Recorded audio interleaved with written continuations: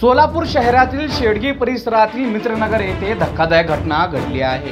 21 वर्षीय प्रज्वल बसवराज कवेनारे या तरुणाने राहत्या घरात गळफास घेऊन आत्महत्या केली आहे। ही घटना 24 सप्टेंबर दुपारी 2च्या सुमारास उघडकीस आली। मिळालेल्या माहितीनुसार प्रज्वलने आत्महत्येपूर्वी आपल्या इंस्टाग्राम अकाउंटवर 2 स्टोरी शेअर केला। त्यात त्याने मित्र आणि कुटुंबियाची माफी मागितली होती।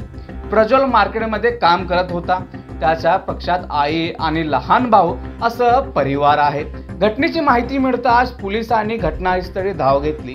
त्याला तातडीने रुग्णालयात नेण्यात आलं, पण डॉक्टरांनी मृत घोषित केलं। सध्या पोलिसांनी या प्रकरणाचा सखोल तपास सुरू केला असून आत्महत्येचे नेमकं कारण शोधण्याचे प्रयत्न सुरू आहेत। या घटनेमुळे परिसरात हळहळ व्यक्त केली जात आहे। मी समीर आबादीराजे आणि तुम्ही पाहतात सोलापूर की जनता। धन्यवाद।